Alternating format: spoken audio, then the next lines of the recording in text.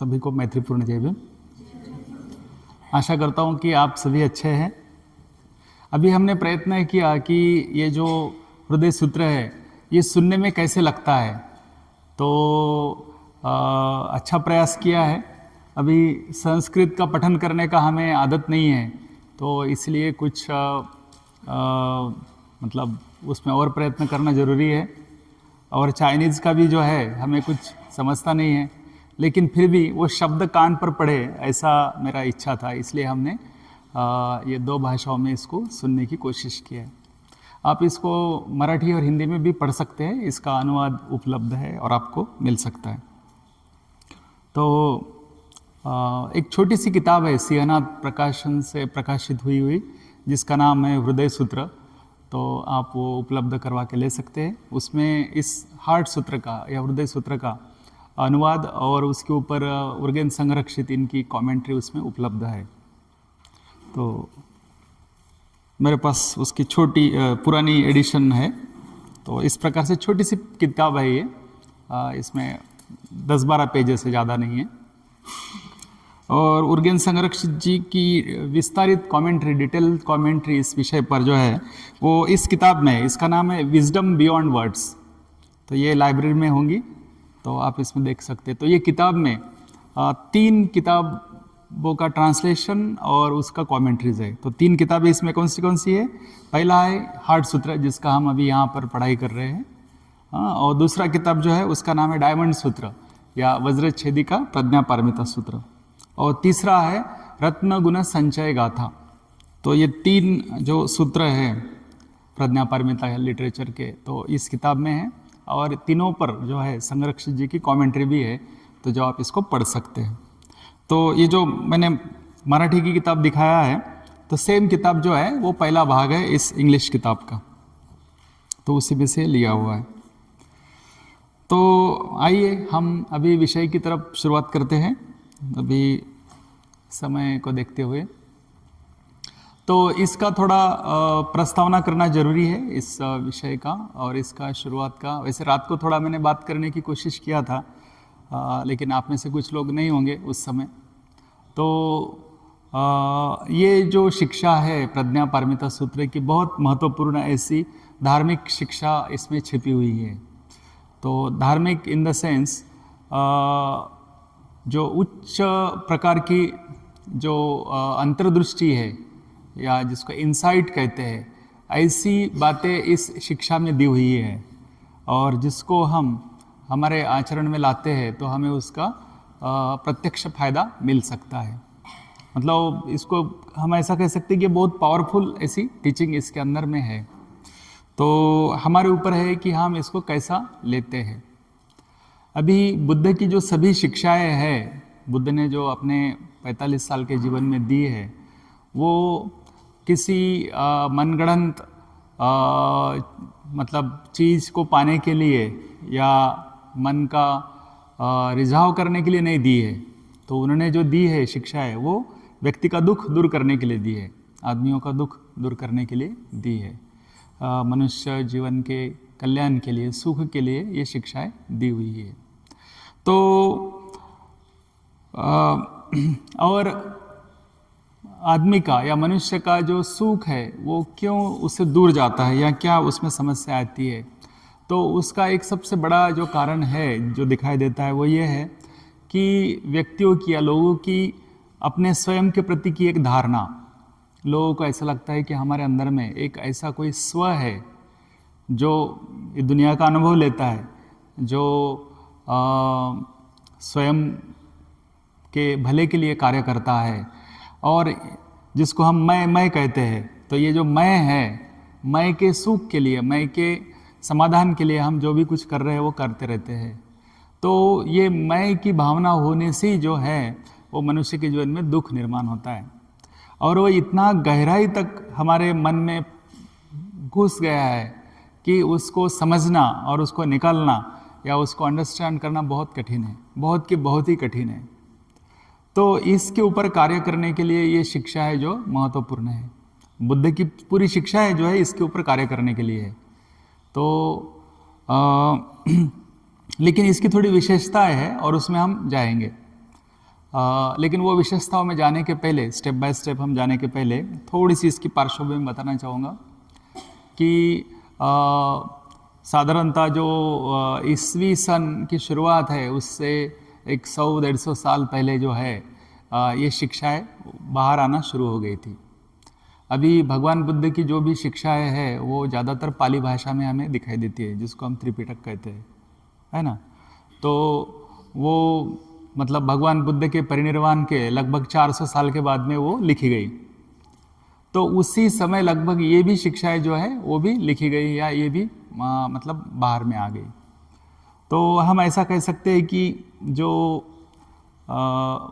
बुद्ध के समय में बोली जाने वाली जो भाषा है जिसको पाली या प्राकृत कहते हैं, मतलब पाली प्राकृत मतलब नेचुरल या नैसर्गिक आम लोगों की जो भाषा है उत्तर भारत में बोली जाने वाली, ऐसे हम उसको एक मोटा मोटे तौर पर कह सकते हैं।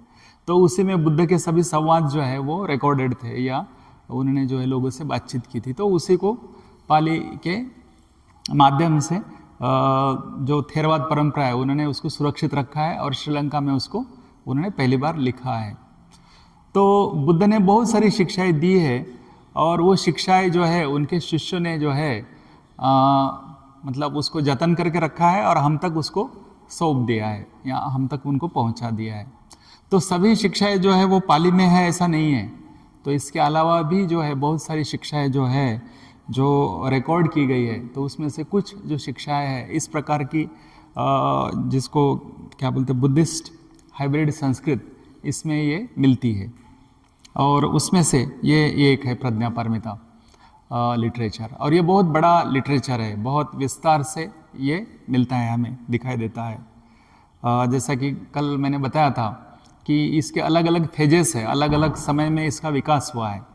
तो सबसे पहले जो है जब यहाँ पर नागार्जुन थे, मतलब मध्य भारत में आचार्य नागार्जुन का उदय हो गया, तो उस समय में जो है वो अष्ट सहस्त्रकार्य का प्रज्ञा पारमिता सूत्र नाम से एक सूत्र जो है वो प्रचलित हो गया, और उसका एक काव्य में जो रूप है वो है रत्न गुण संचय गाथा इस नाम से।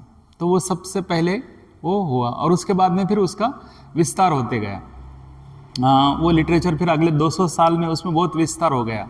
तो जो अष्ट सहस्त्रकार्य का प्रज्ञा पारमिता सूत्र है, मतलब 8000 लाइन्स में या 8000 गाथाओं में जो सूत्र है, तो वो फिर बढ़कर 18,000 में हो गया, फिर 18,000 से 25,000 गाथाओं में हो गया, और फिर 1,00,000 गाथाओं में हो गया। तो ऐसा वो बढ़ते गया, वो उसका विकास होते गया। तो इसके विकास के कुछ ऐसे फेजेस है, टप्पे हैं। तो इन विकास की प्रक्रिया में ये लिटरेचर बहुत बड़ा हो गया और फिर धीरे धीरे ये फिर और कम हो गया, और कम होते होते 300 गाथाओं में एक इसका सूत्र जो है उसका संक्षिप्त रूप आ गया, जिसको हमने कल मैंने बताया था कि उसका नाम है वज्रछेदिका प्रज्ञा पारमिता सूत्र या डायमंड सूत्र। तो ये भी बहुत ही पावरफुल ऐसा सूत्र है कि पूरी शिक्षा का जो सार है इसमें 300 गाथाओं में संकलित किया गया है। और ये जो 300 गाथाएँ हैं ये पढ़ने के बाद में हमारे अंदर में कुछ उथल पुथल हो सकती है। मैंने कल उदाहरण बताया था कि उर्गेन संरक्षित जब अपने टीन एज में थे 14-15 साल के, तो उस समय उन्होंने सबसे पहली बार ये वज्रछेदिका प्रज्ञा पारमिता सूत्र पढ़ा, और पढ़कर उनको ऐसा लगा कि इसमें जो सत्य बताया गया है वो उनको पहले से मालूम है। हाँ, उसमें जो भी बातें हैं उसको उन्होंने बड़े आनंद से स्वीकार किया, बड़े आनंद से उन्होंने उसको पढ़ा। और वो कहते हैं कि ये सूत्र इतना कठिन है कि जब बड़े बड़े अरहंत लोगों को भी पसीना छूटता है ये सूत्र पढ़ते हैं तब, लेकिन उनको इसका कोई कठिनाई महसूस नहीं हो गई। उन्होंने उसका आनंद से पढ़ा है और उनको ये रियलाइज़ हो गया कि वो पहले से बौद्ध थे, मतलब बौद्ध होना उनके लिए एक स्वाभाविक, एक नेचुरल ऐसी बात है। तो और उसके बाद में वो कहते हैं कि उनका पूरा जीवन का जो अनुभव है, उन्होंने जीवन में जो जो भी कुछ किया है उसमें, और उस समय उनकी जो अंतर्दृष्टि उनकी थी ये किताब पढ़ने के बाद में, उसमें कोई अंतर नहीं दिखाई देता है। मतलब वो धीरे धीरे उसको एक्सप्लोर कर रहे थे, लेकिन वो जो सत्य उसमें उन्होंने देखा वो सत्य उनको पहले से ही मतलब मालूम था, या इस प्रकार से इस वज्रछेदिका प्रज्ञा पारमिता सूत्र के माध्यम से उनको उसका अनुभूति प्राप्त हुई है। तो निश्चित ही वो भी सूत्र का हम कभी ना कभी अभ्यास करना चाहिए। वो 300 गाथाओं में है, बहुत सुंदर है वो। लेकिन उससे भी एक सबसे संक्षिप्त जो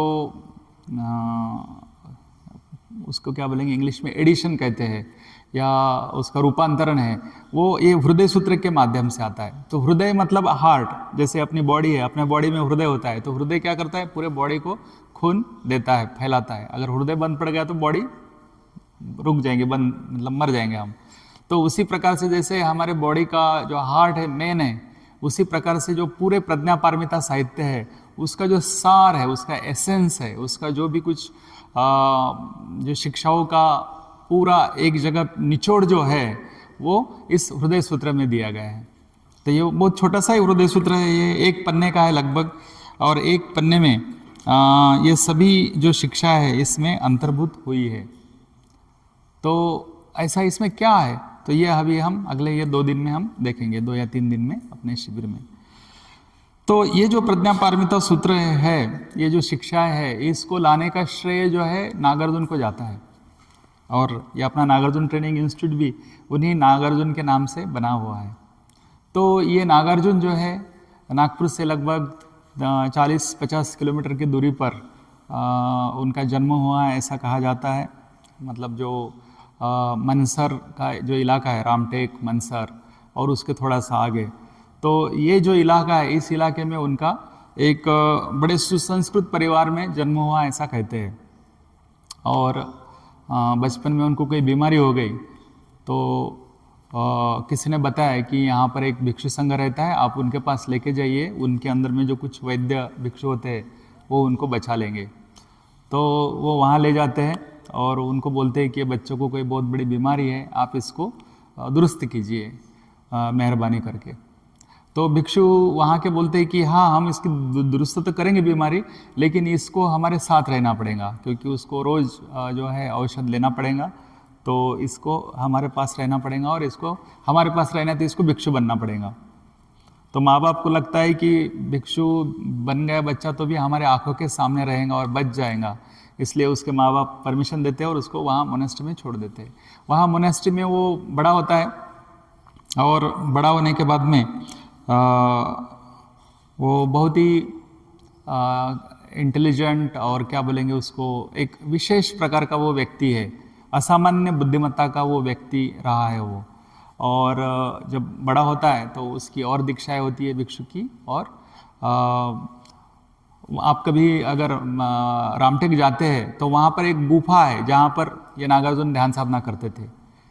अभी वो टूटी फूटी अवस्था में है, लेकिन उसको मतलब कई 100 सालों से उसको नागार्जुन की गुहा ही कहते हैं। अभी अभी किसी ने नाम नहीं दिया उसको, वो पहले से ही जानी जाती है। तो वहाँ पर उन्होंने बहुत ध्यान साधना की। उसके बाद में फिर वो नालंदा चले गए, फिर दक्षिण भारत चले गए, ऐसा उनके बारे में कहा जाता है। और फिर दक्षिण भारत में जो नागार्जुन कोंडा और उधर कुछ जगह है अमरावती के आसपास में, तो अंतिम साल उन्होंने वहाँ पर बिताया और वहाँ पर उनकी मृत्यु हो गई, ऐसा कहा जाता है। तो ये जो नागार्जुन हैं, इन्होंने बहुत बड़ी क्रांति की है। उन्होंने बौद्ध धर्म का जो स्थिति है उसको फिर से उसका पुनरुज्जीवन किया है। और इसीलिए बहुत बार उनको कहते हैं कि दूसरे बुद्ध भी उनको कहते हैं। मतलब भगवान बुद्ध के बाद में बौद्ध धर्म में उन्होंने जो बदलाव लाया है, तो इस प्रकार से लाया उन्होंने कि उनको कभी कभी दूसरे बुद्ध भी कहते हैं। और उसी प्रकार से हम देखते हैं कि अभी अभी बाबा साहब ने फिर से बौद्ध धर्म का धम्मचक्र गतिमान करके जो बदलाव लाया है, तो वो भी उसी प्रकार का एक बहुत बड़ा कार्य है। मतलब ये ग्रेट व्यक्तित्व है, भगवान बुद्ध, उसके बाद में नागार्जुन, और अभी बाबा साहब अम्बेडकर। तो ये नागार्जुन ने क्या किया है, तो नागार्जुन ने ऐसा कहते हैं कि ये प्रज्ञा पारमिता लिटरेचर है, नाग लोगों के यहाँ जाकर वहाँ से लेके आ गए। अभी ये जो पूरा इलाका ये नागपुर के आसपास का, इसको नागलोक कहा जाता है। और ये जो कहानियाँ है उसमें ऐसा कहा गया कि नागलोक कहीं पानी के अंदर में है, नीचे में, तालाब के नीचे। और वहाँ पर भगवान बुद्ध ने जो दी हुई कुछ शिक्षाएँ है, वो शिक्षाएँ इन नाग लोगों ने जो है सुरक्षित रखी है वहाँ पर। और भगवान बुद्ध ने उनको कहा था कि जब सही समय आएगा तो ये शिक्षाएँ जो है आपने लोगों को पढ़ानी है, लोगों को देनी है। तो जब नागार्जुन का जन्म हो गया, जब नागार्जुन बड़े हो गए तो वो सही समय आ गया, ऐसा हो गया, और फिर वो नाग लोगों ने वो जो शिक्षा है वो नागार्जुन को हैंड ओवर कर दी, उनके पास में दे दी। तो इसको हमने शब्दशाह लेने की ज़रूरत नहीं है, क्योंकि पाली साहित्य में इन शब्दों को हम समझने की कोशिश करेंगे तो इसके सिंबॉलिक जो अर्थ है वो हमें ध्यान में लेना बहुत ज़रूरी होता है। तो नाग शब्द का अर्थ होता है अरहत, ऐसा व्यक्ति, मतलब जिसने अपने सब क्लेश को नष्ट कर दिया, ऐसे व्यक्ति को नाग कहते हैं। नाग मतलब सांप के बारे में नहीं है वो। तो नाग शब्द जो है अलग अलग अर्थ से आता है। नाग ये एक प्रजाति के लिए भी आता है जिसको हम नागवंशीय कहते हैं स्वयं को। तो नागपुर के आसपास के जो लोग हैं वो स्वयं को नागवंशीय कहते हैं। तो नाग ये अलग अलग अर्थ से शब्द आता है, लेकिन इसका मूल अर्थ यह है कि जो मतलब बुद्ध की जो शिक्षाएं है जिसको मतलब उन्होंने संभाल के रखा है, वो संभाल के कौन रख सकते हैं? ऐसे लोग कि जिन्होंने अपने अंदर के जो सभी विकार नष्ट किए हैं, जो अरहंत हो गए हैं ऐसे। तो ये जो लोग हैं, यहाँ पर बड़े बड़े जंगल थे उस समय में। अभी जंगल जो है खाली पेंच और उधर ही दिखाई देता है हमें, लेकिन पहले यहाँ पर भी जंगल थे। ये जंगल काट के यहाँ पर अभी खेती बाड़ी शुरू हो गई है। लेकिन ये घने जंगलों में कुछ ऐसे भिक्षु रहते थे कि जिन्होंने बुद्ध की शिक्षा को जतन करके रखा था, उन्होंने अपने अंदर में धारण करके रखा था। तो उसको फॉरेस्ट मॉन्क ट्रेडिशन कहते हैं, मतलब जो जंगल में रहने वाले भिक्षु।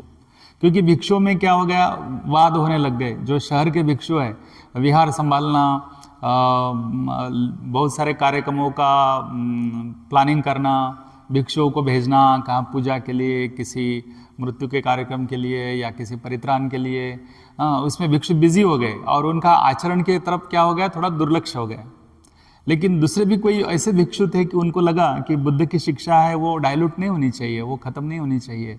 तो उन्होंने जंगलों में रहकर बड़ी मेहनत से ध्यान साधना करके उसको जीवित रखा, अपने अंदर में उन्होंने धारण किया। तो ऐसे लोगों को फॉरेस्ट मॉन्क ट्रेडिशन कहते हैं, और वो इस नागपुर के आसपास में बहुत रहते थे। मतलब सैकड़ों की संख्या में लोग रहते थे। तो ये एक इनकी कंटिन्यू परंपरा रही है। मतलब बुद्ध से शिक्षा लेने के बाद में, बुद्ध के शिष्य बनने के बाद में ये लोगों ने अपनी परंपरा चालू रखी है। तो ये परंपरा में जो ज्ञान उनके पास में था, तो ये प्रज्ञापारमिता का ज्ञान था।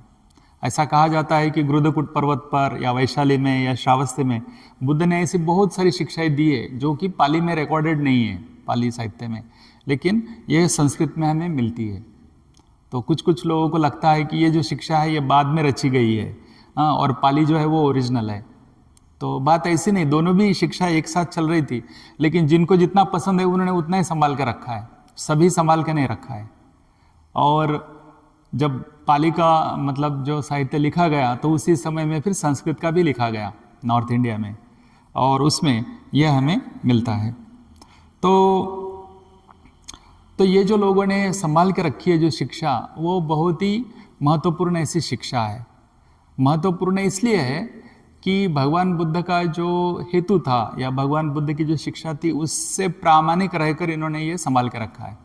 बाकी लोगों ने क्या किया है कि उसमें मिलावट कर दी, और मिलावट करने के बाद में वो शिक्षा जो है थोड़ा सा डाइल्यूट हो गई, थोड़ा गड़बड़ उसमें हो गई। इसलिए आप बुद्ध एंड हिज धम्म पढ़ते हैं तो बाबा साहब आम्बेडकर भी उसमें कहते हैं कि हमें पाली शिक्षाओं में से कुछ लेना है तो उसको हमने हमारी बुद्धि की कसौटी पर तोल नाप कर लेना चाहिए, हम जैसा कहे वैसा नहीं लेना चाहिए। तो अभी उसमें मैं जाऊंगा नहीं, लेकिन आप उसमें पढ़ सकते हैं। उन्होंने कुछ कुछ उदाहरण दिए हैं, प्रश्न निर्माण किए हैं, तो वो प्रश्नों को ध्यान में रखकर हम इसको देखना चाहिए। तो ये जो नागार्जुन है,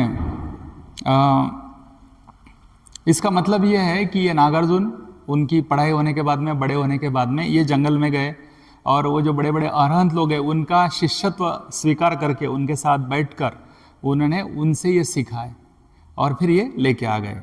जो मतलब पारंपरिक बात है उसमें ऐसा कहा गया कि नागार्जुन जो है अपने पतवार पर बैठकर, वो क्या बोलते हैं उसको, जो पानी का बहुत बड़ा तालाब है उसमें जाते हैं, और फिर वहाँ नाग राजा के पास जाते हैं, और फिर नाग कन्या जो है नाग राजा की लड़की, वो प्रज्ञापारमिता साहित्य की किताबें लाके उनके हाथ में सौंप देती है उनको।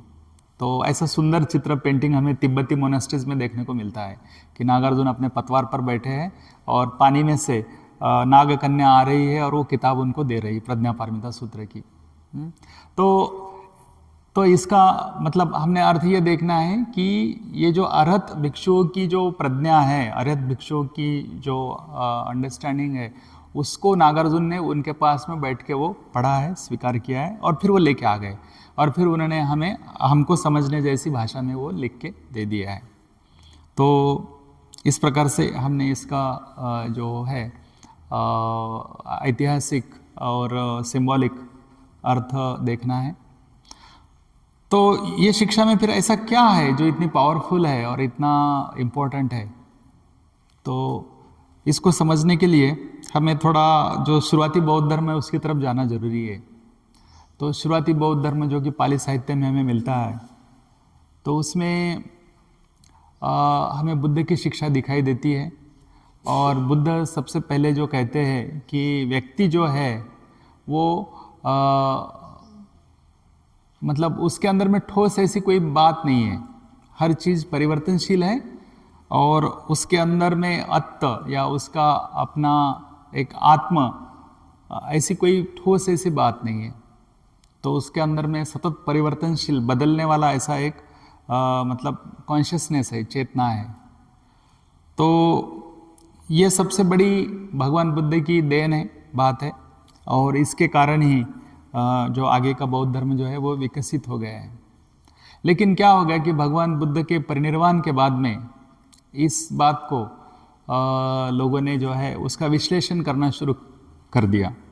तो सबसे बेसिक उसका विश्लेषण उन्होंने जो किया है वो ये है कि जो व्यक्तित्व है वो मतलब पंचस्कंद से बना है। अभी पंचस्कंद क्या है हम उसको देख लेंगे, समझने की कोशिश करेंगे।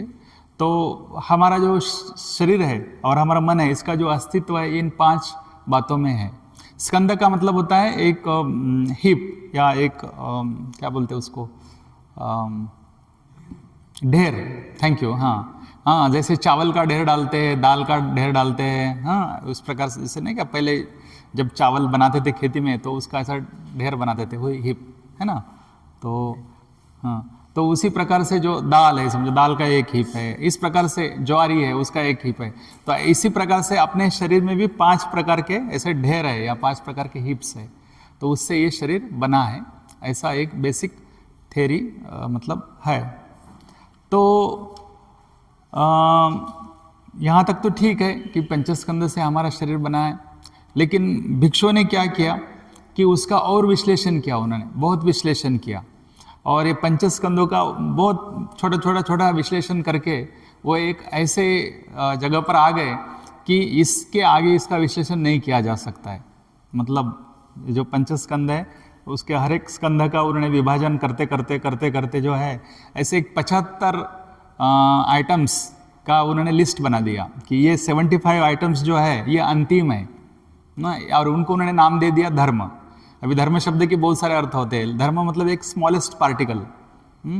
तो ये जो पंचस्कंद है उसका विश्लेषण करने के बाद में ये 75 जो है उन्होंने छोटे धर्म बनाए, लिस्ट बनाए। तो उन्होंने कहा कि ये अंतिम है, इसके आगे कुछ नहीं, इसमें ही मतलब संसार है, इसमें ही निर्वाण है, इसमें ही सब कुछ है। और ये अपने मन के कॉन्स्टिट्यूएंट्स है या मन के धर्म है 75।